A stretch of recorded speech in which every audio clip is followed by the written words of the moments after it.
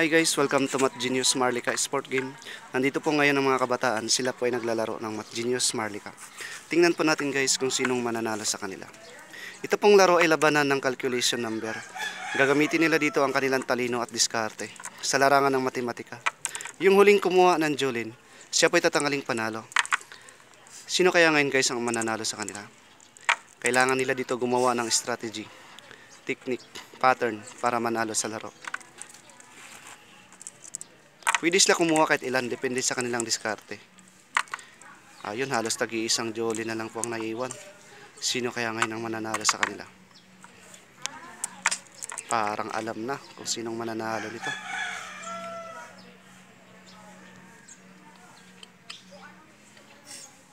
Ayun, checkmate, corner na talaga.